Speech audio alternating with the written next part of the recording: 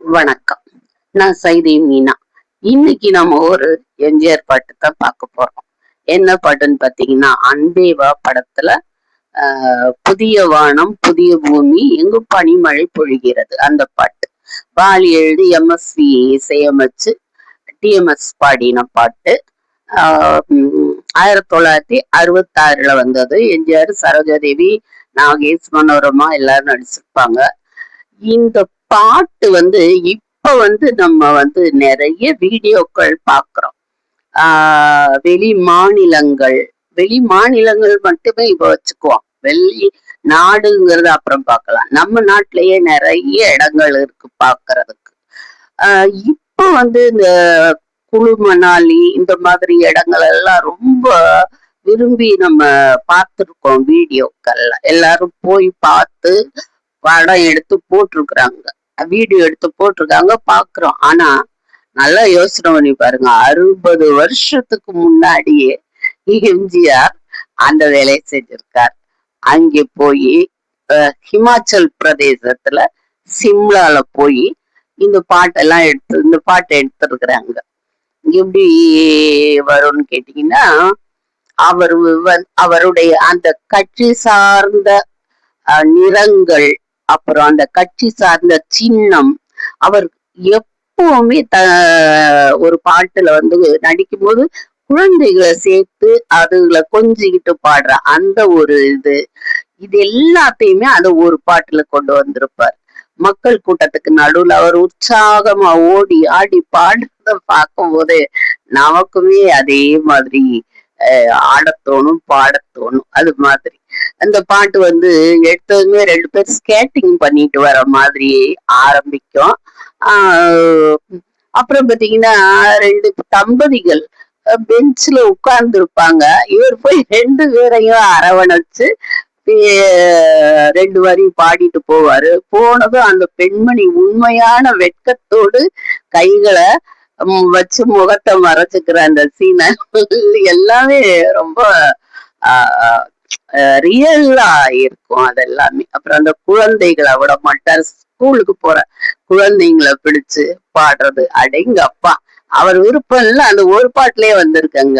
அப்புறம் அந்த மியூசிக் அதுக்கு மேல இருக்கும்.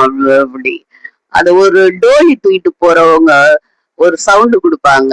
அந்த அதெல்லாம் நீங்க பார்த்து கேட்டீங்கன்னா தான் தெரியும். புதிய வானம் புதிய பூமி எங்கும் பனிமழை பொழிகிறது, நான் வருகையிலே என்னை வரவேற்க வண்ண பூமழை பொழிகிறது அப்படின்னு ஆரம்பிக்கும். அப்புறம் சரணம் பாத்தீங்களா, புதிய சூரியனின் பாதையிலே உலகம் விழித்து கொண்ட வேளையிலே, புதிய சூரியன் அப்படின்னு பாடுவார். நேரடியா பாடாம புதிய சூரியனின் பார்வையிலே உலகம் விழித்து கொண்ட வேளையிலே, இமயத்தில் இருக்கும் குளிர்காற்று இன்று இதயத்தை தொடுகிறது, அன்று இமயத்தில் சேரன் கொடி பறந்த அந்த காலம் தெரிகிறது. எங்க போயிட்டாரு பாருங்க நம்ம பெருமைய. அன்னைக்கு இமயத்துல கொடி நாட்டுன நம்மளுடைய அந்த ஒரு விஷயத்த போய் அந்த பாட்டுல வைக்கிறதுக்கு அதெல்லாமே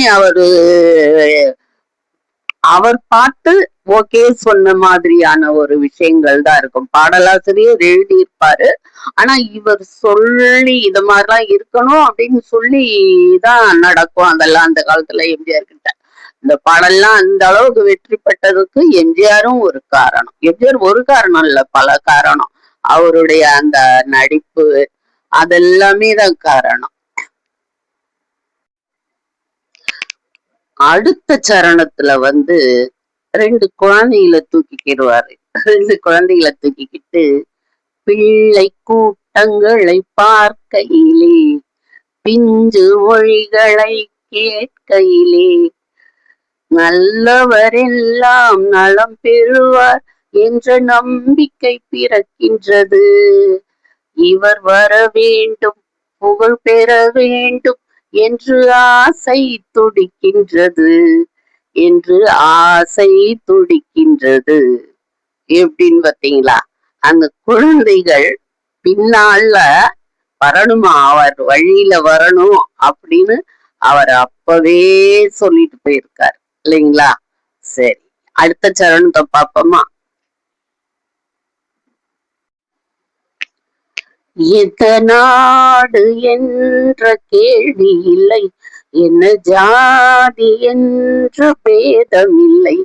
எந்த நாடு என்ற கேள்வி இல்லை, என்ன ஜாதி என்ற பேதம் இல்லை. மனிதர்கள் அன்பின் வழி தேடி இங்கு இயற்கையை வணங்குகிறார். மலை உயர்ந்தது போல் மனம் உயர்ந்ததென்று இவர் வாழ்வில் விளக்குகிறார். இவர் வாழ்வில் விளக்குகிறார். எப்படி இருந்தது? எம்ஜிஆரோட முத்திரையோடு கூடிய மனச துள்ளாட்டம் போட வைக்கிற இந்த பாட்டு நீங்க எத்தனையோ தூரம் கேட்டிருப்பீங்க தானே? இன்னும் மறுபடி கேளுங்க. வரட்டுமா? நாளைக்கு இன்னொரு பாட்டோட லா லா லா லா லா ஓ லா லா லா லா லா